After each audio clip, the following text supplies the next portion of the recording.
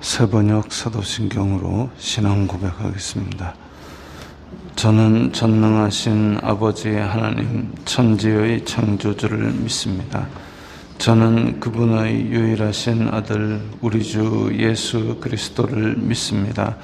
그분은 성령으로 잉태되어 동정녀 마리아에게서 나시고 본디오 빌라도에게 고난을 받아 십자가에 못 박혀 죽으시고 장사된 지 사흘 만에 죽은 자 가운데서 다시 살아나셨으며 하늘에 오르시어 전능하신 아버지 하나님 우편에 앉아 계시다가 거기로부터 살아있는 자와 죽은 자를 심판하러 오십니다.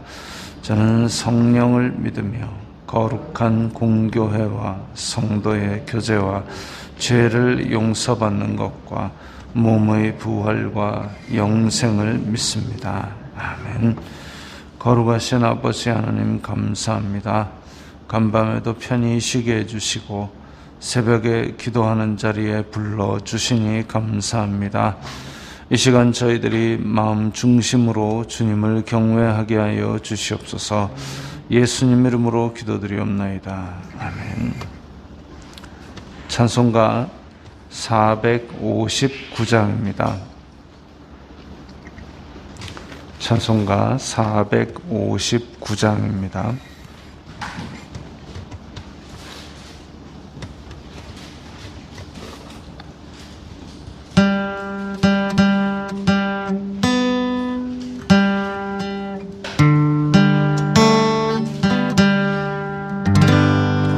누가 주를 따라 섬기려는가? 누가 죄를 떠나 주만 따를까? 누가 주를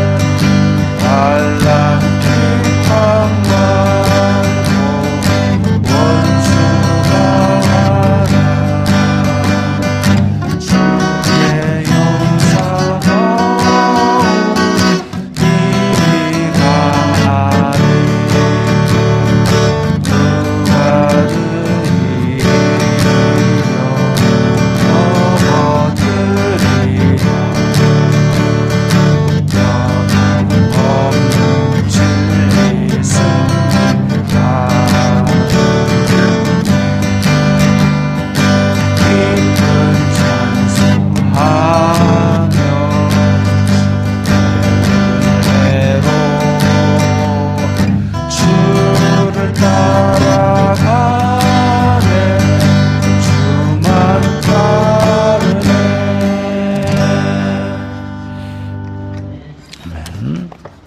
오늘 말씀은 마태복음 27장 57절부터 66절까지의 말씀입니다.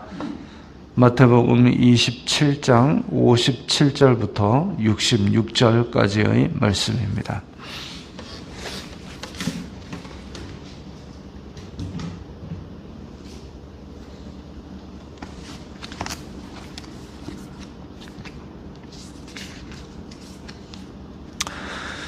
함께 읽겠습니다. 저물었을 때에 아리마대의 부자 요셉이라 하는 사람이 왔으니 그도 예수님의 제자라. 빌라도에게 가서 예수님의 시체를 달라 하니 이에 빌라도가 내주라 명령하거늘 요셉이 시체를 가져다가 깨끗한 세마포로 싸서 바위 속에 판 자기 새 무덤에 넣어두고 큰 돌을 굴려 무덤 문에 놓고 가니 거기 막달라 마리아와 다른 마리아가 무덤을 향하여 앉았더라. 그 이튿날은 준비일 다음 날이라. 대제사장들과 바리새인들이 함께 빌라도에게 모여 이르되 주여 저 속이던 자가 살아있을 때에 말하되 내가 사흘 후에 다시 살아나리라 한 것을 우리가 기억하노니 그러므로 명령하여 그 무덤을 사흘까지 굳게 지키게 하소서. 그의 제자들이 와서 시체를 도둑질하여 가고 백성에게 말하되 그가 죽은 자 가운데서 살아났다 하면 후의 속임이 전보다 더 클까 하나이다 하니 빌라도가 이르되 너희에게 경비병이 있으니 가서 힘대로 굳게 지키라 하거늘 그들이 경비병과 함께 가서 돌을 인봉하고 무덤을 굳게 지키니라. 아멘. 자, 오늘 본문에서 두 종류의 사람이 나옵니다. 두 종류의 사람이 나오는데 하나는 아리마대의 부자 요셉입니다. 아리마대의 부자 요셉. 또 하나는 대제사장 그 무리들입니다. 근데 두 무리에 공통점이 있습니다. 뭐냐면 예수님의 말씀을 들었다는 거죠. 예수님의 말씀을 들은 두 인종이 등장하는데 하나는 아리마대의 부자 요셉, 하나는 대제사장과 그 무리들입니다. 대제사장과 그 무리들은 예수님을 죽이려고 하지 않았습니까? 예수님의 가르침을 분명히 들었습니다.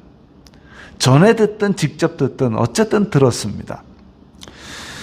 그것을 우리가 알 수 있는 것은 일단 아리마대의 부자 요셉은 예수님의 제자라 그랬습니다. 분명히 이 사람은 예수님을 가르침을 듣고 그 말씀대로 살기로 결심한 사람입니다.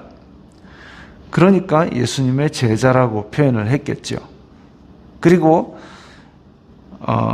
대제사장과 그 무리들도 예수님의 말씀을 직접이든 간접이든 들었다라고 알 수 있는 것은 예수님께서 그들이 죽이려고 잡아서 신문하고 이럴 때에 너희들이 대낮에 벌 걸 때 내가 맨날 나와서 성전에서 가르쳤는데 그때는 왜 손도 대지 않았느냐라고 한 것은 예수님께서 성전에서 가르치실 때에 그들의 모습도 분명히 보았다라는 것이죠. 그리고 예수님의 가르침에 대해서 그들이 정보를 수집해가지고 예수님을 죽이려고 논의를 했기 때문에 예수님의 가르침에 대해서 직접 간접 다 들었습니다. 그럼에도 불구하고 이렇게 완전히 다른 결과를 보여줍니다. 예수님께서 앞에서 부자 청년이 그렇게 근심하며 돌아갔을 때에 부자가 하나님 나라에 들어가는 것이 얼마나 어려운지 마치 낙타가 바늘귀를 통과하는 것과 같다라고 말씀하셨는데, 그런데 제자들이 아니 그러면 누가 하나님 나라에 들어갈 수 있겠습니까? 사람은 안 되지만 하나님은 하실 수 있다 하고 곧 여리고에서 부자 삭개오가 회심하여서 하나님 나라에 들어가는 것을 바로 보여주었습니다. 그런데 그러면 부자 청년 그리고 삭개오 그 두 사람의 대조적인 모습이 있었는데 부자도 하나님 나라에 들어가는구나. 그건 돈이 많냐 적으냐의 문제가 아니라 하나님의 뜻을 내 삶에 실천하느냐 안 하느냐의 문제다. 그렇게 개념이 형성이 되고 나서 아리마대의 부자 요셉이라고 나옵니다. 부자가 또 나옵니다. 그러니까 부자가 하나님 나라에 못 들어가는 것이 아니라 부자라도 하나님의 뜻을 내 삶에 믿고 실천하느냐, 그것이 문제라는 것이죠. 여러분, 부자 되십시오. 부자가 나쁜 것이 아니라 부자로 지내면서 재물이 내 우상이 되는 것이 문제이고, 많은 사람들이 선한 부자, 하나님의 뜻을 믿고 따르는 부자로 시작했다가도 중간에 내가 섬기는 대상이 돈으로 바뀌고 건물로 바뀌고, 그러니까 문제가 생기는 겁니다. 사람이 바뀌지 않도록 깨어서 기도하고 깨어서 말씀으로 자꾸 나를 돌아봐야 되는데, 외출하기 전에 거울을 보고 중간에도 거울을 보고 그렇게 말씀의 거울로 나를 자꾸 비춰보지 않으면 내가 잘 믿고 있다라는, 섰다고 생각하는 순간 어느 순간 내가 넘어질 길을 향해서 달려가고 있기도 합니다. 남녀를 비교한 글들 중에 그런 게 있습니다. ATM 현금 인출기에서 돈을 빼는 모습의 남자와 여자의 차이 아세요? 자, 일단 차를 몰고 갑니다.